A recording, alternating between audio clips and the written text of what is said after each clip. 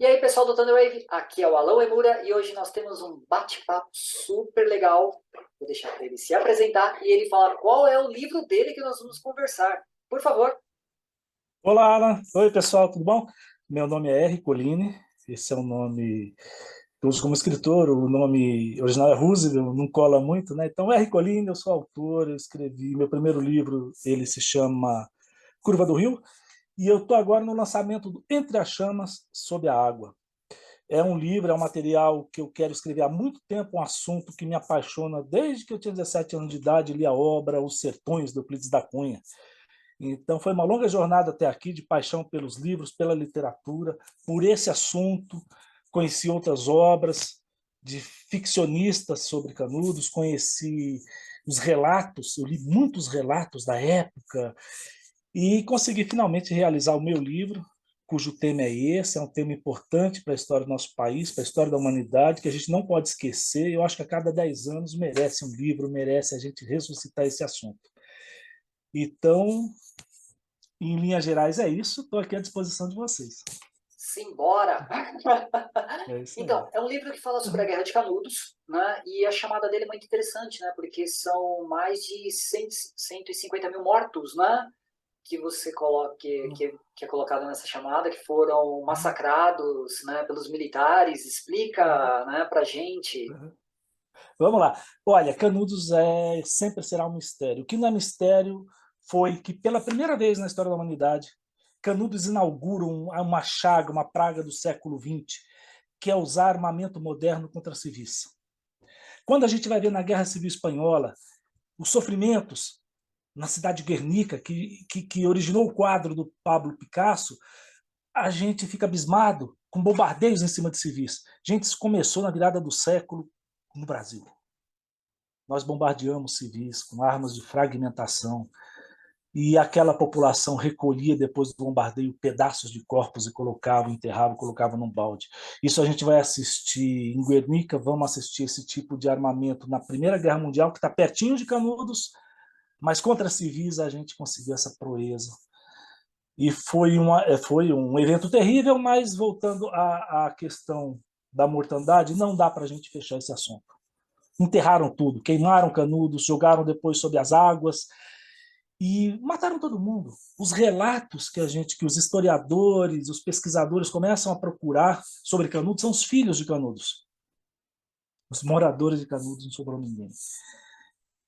E tantos relatos mais confiáveis dos militares, nós vamos ter uma população entre 15 a 50 mil pessoas. 50 mil acho que é exagerado, mas entre 30 mil pessoas é um número razoável. De 30 mil pessoas é a população da cidade de São Paulo no começo da década de 1880. Seria a segunda maior cidade da Bahia, depois de Salvador. Então foi um evento catastrófico, gigante, e para a gente ter noção desses números, morreram 10 vezes mais militares em Canudos do que na Segunda Guerra Mundial, militares brasileiros. O que os jagunços fizeram foi uma coisa surpreendente por falha de logística, arrogância do exército, violência, incompetência.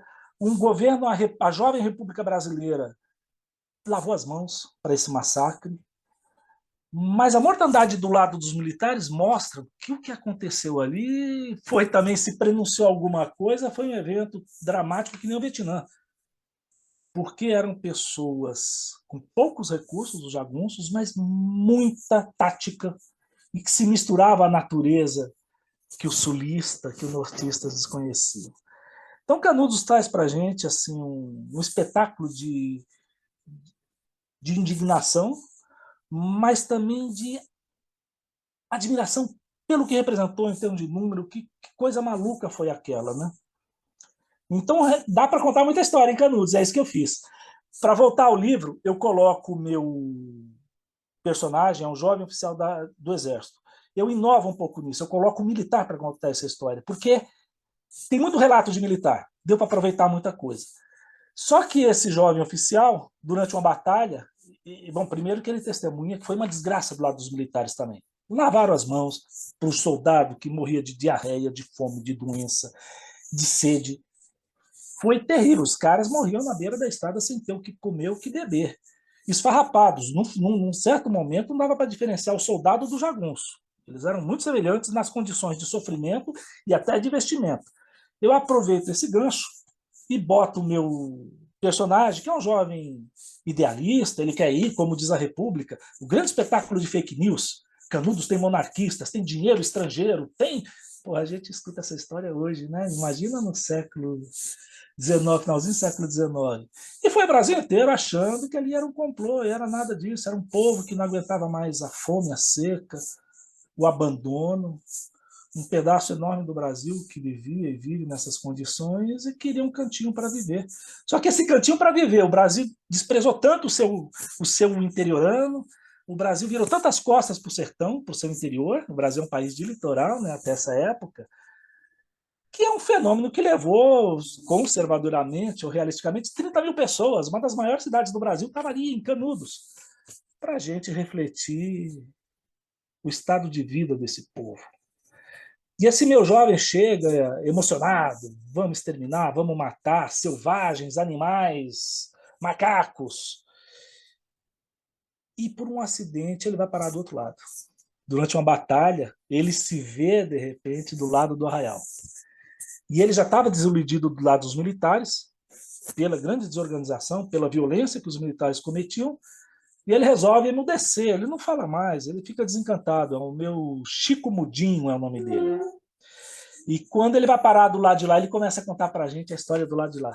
É aí que eu tento resgatar desse povo que foi exterminado histórias de humanidade, de amor, de ligação, porque para o poder, para a historiografia oficial, até a gente começar a reformar isso, eram selvagens, macacos, animais. E eu tento dar um pouquinho de humanidade, tentar imaginar, que é o que resta para a gente, não tem relato, né? Então, vou imaginar como era a vida das pessoas que viviam ali, até a beira da morte. Em Minas Gerais é isso aí. É interessante, né, porque você coloca, são dois pontos muito bons. Um, a visão, né, que é dado para esses civis, né, que são animais, tudo, e a gente vê, como você comentou, isso a gente vê isso até hoje, né? No Vietnã também eram animais que estavam Exato. lá. Os árabes, quando são invadidos, são animais que estão lá. É sempre usado esse termo. Mas, ao mesmo tempo, você mostra também, né, que a gente não tem que ficar nervoso e bravo com o militar. Porque ele também é um ser humano. Né? São apenas títulos, né, que são dados para os lados, mas você tem ali um ser humano. Eu achei isso comovente. Né? Eu comecei a ler o livro e dei uma parada. Falei, não, vou parar um pouco, que eu quero conversar com o autor. Né? E eu achei muito bom isso, porque você dá uma humanizada a este personagem, porque ele vai no aspecto que eu tava com raiva dele. Eu falei, espero que você chegue lá e você... né? Também. Exato. É isso aí. E aí A gente, a gente começa a enxergar pelo ponto de vista dele e ver que não existe informação nem mesmo para aquela pessoa. Né? E como é que foi criar esse personagem? Como é que essa história caiu no seu colo? Isso. Fazendo parênteses, né? É a questão do poder público, é a questão é a questão do totalitarismo, das ditaduras, do comportamento de um exército que não tem freio, não tem regras, né? Soldado é um instrumento. Que bom que se tivessem milhares de Chico Mundinhos que se sensibilizassem quando cai a ficha, né? Infelizmente teve militar que denunciou as degolas, foi ameaçado de morte, passou o inferno na ocasião, mas ele denunciou, ele foi pro pau, ele foi para cima.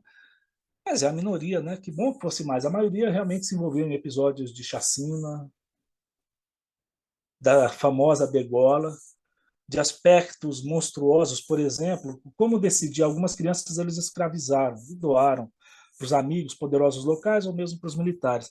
Você pegava as crianças, pega um menininho de 5, 4 anos, aquele ossinho pequenininho, aquele pedaço de nada de gente, jogava no rio. Quem nadasse sobrevivia, ia ser adotado, ia ser escravizado. Quem morria, os outros morriam afogados. Porra, ali foi um negócio que merece ser lembrado muito, porque ainda fazemos isso, em alguma escala, sim. Mas quando a gente massacra 30 mil pessoas, a conta foge de qualquer proporção e a gente se aproxima dos totalitarismos, dos extermínios do século XX. Por isso que é importante esse evento. Né? É uma candelária multiplicada por centenas de vezes. Né? Mas Foi um incômodo com essa história, a paixão, querer saber mais de algo que não pode muito ser conhecido, e conhecer a obra de Mário Vargas Llosa, de Sandor Márai, de ficcionistas que, não podendo ter material, e mesmo os historiadores, sem material para contar essa história, vamos inventar um pouco. Então, o que eu fiz? Muitos eventos ali são reais, muitos. Inclusive um cara escrevendo escondido no escuro, aconteceu do lado dos militares, o correspondente de um jornal que não queria ser censurado. O exército censurava as correspondências e as cartas, né? Então o cara escrevia à noite escondido. Então, muitos eventos do livro são baseados em relatos que eu li de militares e de correspondentes de guerras. Quase tudo que podia ser encontrado eu encontrei. E também um sentido de justiça, né? Eu sempre falo que tem uma ferida narcísica que a gente precisa tratar. Pelo menos eu encaro como uma ferida narcísica, mas a gente tem que encarar. Euclides da Cunha é um grande herói.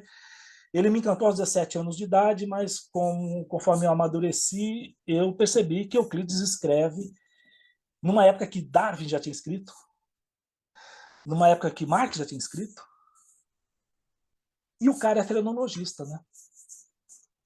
O cara, quando fala, e eu me apaixonei pela frase, eu achei que era um grito de uma revolta, de uma mudança social. O sertanejo é, sobretudo, um forte. Mas Euclides nos diz que ele não é um forte no aspecto moral, no aspecto humano. Ele é um forte porque a natureza e a miscigenação o transformou em um forte, mas ele é um ser degradado, e Euclides usa nominalmente a palavra macacos para chamar esses caras. Então eu faço, com toda a modéstia do mundo, mas com um sentimento de indignação em mim, eu faço um pequeno reparo e coloco o Chico Mudinho para se apaixonar por uma personagem, por uma mulher que vivia em Canudos, tento contar a história cotidiana desses caras, para resgatar um pouquinho de humanidade para o que na história oficial virou um cara sagrado revolucionário ou um animal, um macaco. Mas nunca um cara de carne e osso que viveu, sonhou e amou no meio daquele lugar maluco que foi o Arraial de Canudos. Meus parabéns, né? Porque não se aprende a respeito disso na escola, né? É pouquíssimo. Atualmente, se você pegar, eu acho que nem 1% é falado a respeito de Canudos, é apenas um pedacinho ali que vai sendo pulado, né? E o Brasil tem muito, né, dessas questões históricas. A gente é muito apaixonado pelas guerras dos outros países, civis e tudo mais. A gente se choca, mas o nosso realmente nunca é mostrado. Parece que nós sempre fomos um povo pacifista, né, que assinou um termo lá no papel, pronto, acabou, e vivemos na maior paz do mundo. E não é essa a grande realidade, né? E além desse livro, que outros livros que você possui? Fala um pouco para a gente também dos seus outros trabalhos. Então vamos lá. Eu comecei a publicar aos 50 anos de idade. Sempre fui apaixonado pela literatura. Aos 20 anos frequentava laboratórios de redação literária, eu venho de humanas, né? Escrevia, mas tive que fazer uma pausa aí de 30 anos para ganhar vida, então agora eu volto com força para a literatura. Então eu tenho 4 romances escritos, mas esse é o segundo que eu publico. O primeiro é Curva do Rio, que é muito autobiográfico, mostra a história de uma menina que migra da Bahia para São Paulo, inspirado numa música de Elomar Figueira de Melo, cantado por Xangai, Curva do Rio, que fala da partida de um pai por causa da seca, e ele vai para a cidade grande a contragosto, prometendo voltar. Eu gosto tanto dessa música, ouvi essa música, pensava nessa menininha, falei, e aí, o que acontece com ela? Eu criei esse livro. E para contar a história da menina que vai em busca do pai, procura durante décadas na cidade grande, em São Paulo, esse pai, eu conto a história do país durante a ditadura, durante a década de 80, a chegada da AIDS para uma geração ativista que viveu o resto da revolução sexual, como bate a AIDS nesse pessoal, a hiperinflação, a redemocratização e o posicionamento dessa geração num país novo, numa democracia. E tem esse recheio histórico, mas o principal é uma menina que migra, se vê numa cidade grande, tem que fazer a vida dela para não reproduzir as condições de vida de uma periferia, que é exatamente a periferia que eu vivi, onde na minha sala nenhuma menina chegou no curso superior, 2 caras chegaram no curso superior, eu chego em 1979, 8 anos depois que a meu irmão caçula, a sala de aula e a cidade muda, São Paulo é uma cidade industrial, era um bairro industrial, de manhãzinha os ônibus fretados por operários, vizinho do sindicato da ABC, vizinho do bairro onde o Lula morou, e de repente a cidade muda o perfil, a cidade vira uma cidade de serviço, desemprego, violência. Então, se eu chego na universidade pública, um outro amigo meu virou professor de matemática na USP, um terceiro conseguiu sucesso, nenhuma menina foi para a universidade, e a geração do meu irmão, 8 anos depois, 60% foi encarcerado e o resto morreu de forma violenta. Então eu conto, essa menina eu coloco nesse bairro, exatamente a experiência que eu tive, e a experiência dela se libertar, crescer e tomar consciência no Brasil daquela época lá. Esse é o Curva do Rio. E o segundo livro é o Canudos, e eu tenho outro material aí, vamos agora fazer divulgação bastante desse material e chegar, né, para ver se eu consigo publicar os demais agora. E tem alguma pretensão de algum deles, de repente, uma hora virar uma parte para o audiovisual, série, filme, um documentário, seja o que for? Cara, eu adoraria, mas não faço nem noção disso. Eu sou mergulhado na literatura, sou um leitor viciado, então eu sou muito fechado na literatura. Lógico, eu assisto muito filmes, seriados, eu adoro audiovisual, mas não tenho nem noção dos mecanismos desse trabalho. Se um dia convidarem, vai ser com muito prazer que eu vou estudar a roteirização desse material, né? É porque são materiais muito bons, né? E o que é bacana é que você tem essa pegada, né? Que é importante no livro, que é o social, de colocar toda essa crítica, né? E foi fácil, foi difícil, principalmente nesse que é ter uma parte autobiográfica, porque é, entre aspas, fácil quando a gente fala dos outros, mas quando é da gente o negócio fica um pouco mais É. problemático. Então tem um negócio legal nesse aí. Eu ousei falar na voz feminina. Eu narro em primeira pessoa essa personagem, e eu fui muito marcado pelas experiências que a gente viveu. Por exemplo, meu cara, a gente abortava muito, cacete. Porra, era uma responsabilidade do caramba. Abortar é ruim, abortar não é bom. Isso é uma decisão inalienável da mulher, do corpo da mulher, não temos nada a ver com isso. Mas nós, os meninos, que às vezes acompanhamos esses eventos, os mais conscientes, né? Porque tem cara que também virava as costas, né? E é doloroso, então eu coloco na voz de uma menina, das meninas, das amigas que eu tive, das experiências que eu testemunhei, esses eventos, como o aborto, depois a chegada da AIDS, a gente não se cuidava, porra, a gente vivia ainda, e ainda mais os ativistas, a gente estava no final de uma ditadura, a gente era muito motivado nessas questões de liberdade, liberdade sexual, liberdade política. Então eu exploro muito isso. Então, e também as dores do coração, né? Lembra que a década de 70 e 80 nós fomos uma geração marcada pelo lirismo da MPB, belíssima Chico Buarque, Caetano, João Bosco, músicas de dores de cotovelo, de entregas apaixonadas, de você dar o corpo e a alma para uma pessoa, e a minha personagem vai se apaixonar, ela vai se equivocar nas escolhas, ela vai se arrepender. Então a dificuldade foi contar como na voz feminina esses impasses, mas eu fui muito elogiado pelas meninas e principalmente o tema do abandono paterno. Ela perde o pai, não é por opção do pai, não, ele não é omisso, mas faz muita falta o pai, e eu ouvi muitos relatos das meninas se identificando com a questão do abandono paterno. Foi muito legal, foi o primeiro livro que eu consegui dialogar com leitoras, com leitores e leitoras, mas muito mais leitoras, e que me garantiram que eu convenci. Que o livro convence, que é uma menina que está contando a história até a idade adulta, até ela se transformar em mãe. Nossa, meus parabéns. E como é que a gente consegue esses dois livros? Vamos lá, Instagram, Rcoline, e lá tem o link, tem como é que chama, o hot site das duas obras, tem um link de compra, tá na Amazon, tudo, e o Insta acho que é o melhor caminho para o pessoal ver o material, ler alguns trechos, alguns trechos que eu narro, né? O pessoal poder se interessar, se apaixonar e fazer a escolha.